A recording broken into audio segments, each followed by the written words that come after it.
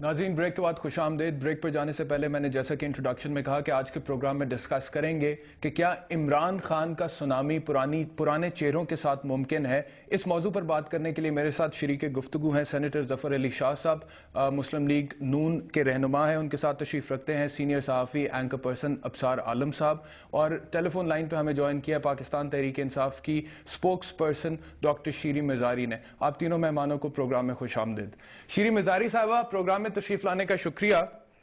पहला सवाल आपसे करूंगा, मुख्तसरन मुझे बता दीजिएगा कि कल कराची में जलसा हुआ पाकिस्तान तहरीक इंसाफ का, आप नजर नहीं आई स्टेज पर, क्यों? कोई ऐसी कंस्पिरेसी थियरी की जरूरत नहीं है। मेरी बड़ी क्लोज फैमिली में शादी थी, मुझे लाहौर जाना पड़ा था, इस वास्ते मैं नजर नहीं आई। अच्छा, इस वजह से आप क्योंकि कुछ लोगों का ख्याल ये है कि पाकिस्तान तहरीक इंसाफ जो है वो जितने भी वज़राए खारजा रह चुके हैं माजी में, उनको इकट्ठे कर रही है।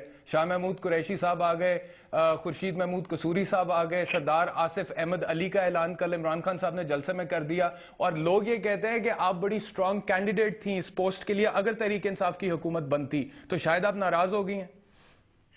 नहीं, मेरी बात सुने, जो मर्जी आ जाए। खान साहब ने अभी तक तो फॉरेन सिक्योरिटी पॉलिसी का चार्ज मुझे ही दिया हुआ है, तो उसमें तो कोई तब्दीली नहीं आई। तो मेरा नहीं ख्याल कि ऐसा कोई मसले मसाइल है, क्योंकि कसूरी साहब और आसिफ अली वो जो आए सरदार आसिफ, उनकी तो आपको पता है पर्सपेक्टिव फॉरेन पॉलिसी में बहुत फर्क था। अब अगर वो हमारी एक्सेप्ट कर लेंगे तो कंट्रीब्यूट कर सकेंगे इसी वजह से अभी तक खान साहब ने मेरे में ही ट्रस्ट रखा। राइट, डॉक्टर शीरी मिज़ारी, ये जो आपने खुद पॉइंट आउट किया ना कि फॉरेन पॉलिसी में बड़ा फर्क था, अवाम भी इसीलिए हैरान है कि मुख्तलिफ ईस्ट और वेस्ट को तहरीक इंसाफ में अभी आप इकट्ठा देख रहे हैं। आपने कहा कि ये पोर्टफोलियो आपके पास ही है अभी तक, अगर कल को नहीं रहता, जैसे उमर चीमा के पास से सेक्रेटरी इंफॉर्मेशन का ओहदा शफकत महमूद साहब के पास चला गया, कल को नहीं रहता, तो क्या आप पार्टी के साथ ऐसी लॉयल रहेंगी जैसे हैं?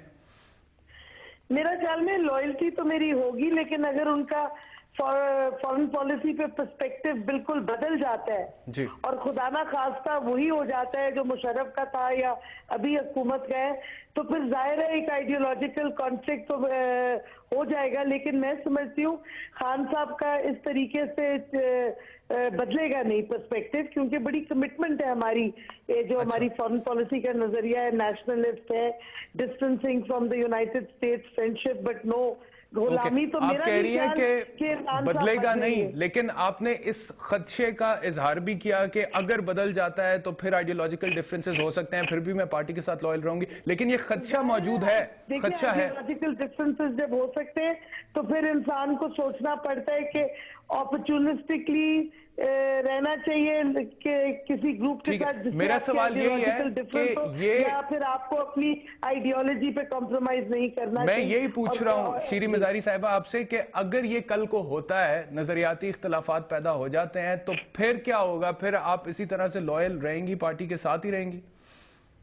ये खदशा तो है। मुझे ऑप्शन चूज करने पड़ेंगे। मैं समझती हूँ ये ओकेजन आएगा नहीं, क्योंकि हमारी जो डिस्कशंस हुई हैं पार्टी में, जो खान साहब हर जलसे पे भी और चैनल पे भी और हर टॉक में अपना व्यू एक एक्सप्रेस करते हैं, उनकी कोई नजरिए में तब्दीली नहीं आई। और मैं समझती हूँ कसूरी साहब और सरदार आसिफ को जाहिर है बदलना पड़ेगा अपना पर्सपेक्टिव, क्योंकि उनकी वजह से तो पूरी पार्टी अपनी आइडियोलॉजी नहीं बदलेगी।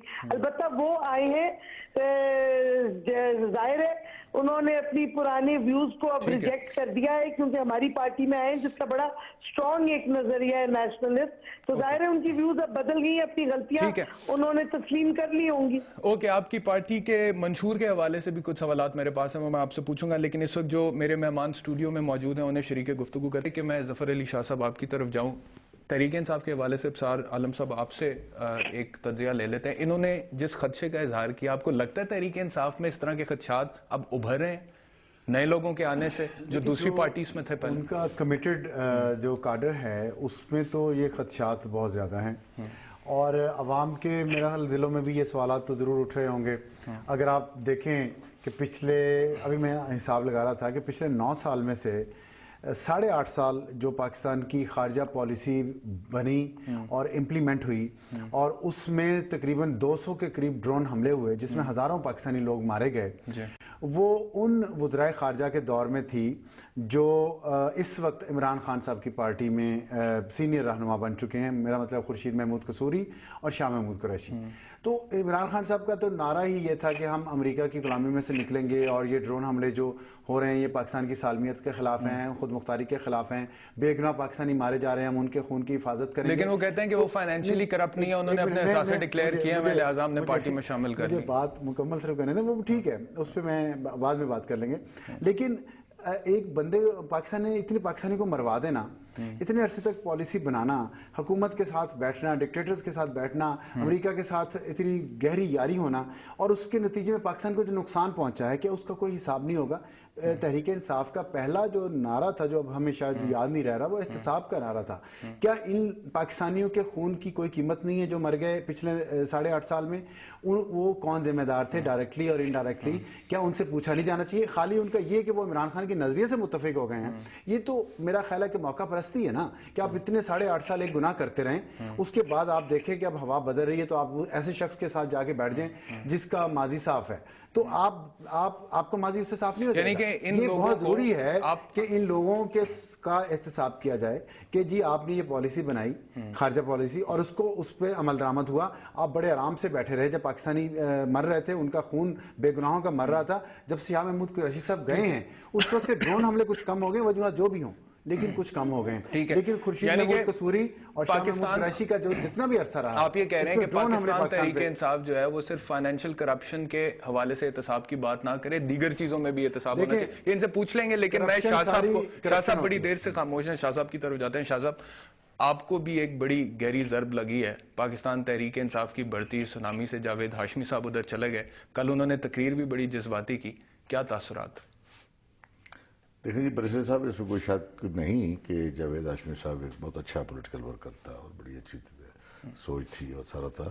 اس کے جانے سے پاکستان مسلم لیگ کو ایک جرک ضرور لگا ہے، لیکن وہ ہم کہتے ہیں نا کہ وہ ناقابل اعترافی نقصان ہوا، وہ ایسی کوئی بات نہیں ہے۔ اچھا، وہ کب ہوگا؟ وہ اللہ نہ کرے کہ کبھی بھی ہو۔ نہیں، کیسے ہو سکتا ہے؟ ممکن ہے؟